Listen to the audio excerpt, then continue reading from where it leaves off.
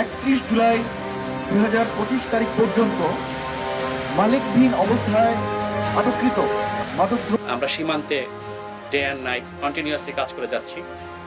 আরও অনেক কিছু সংশ্লিষ্ট থাকে, যেমন মামলা করতে হয়, জিডি করতে হয়, এগুলোর লিগ্যাল প্রসিডিউরগুলো। এর সাথে এখানে উপস্থিত যারা আছেন সব সংস্থায় সংশ্লিষ্ট।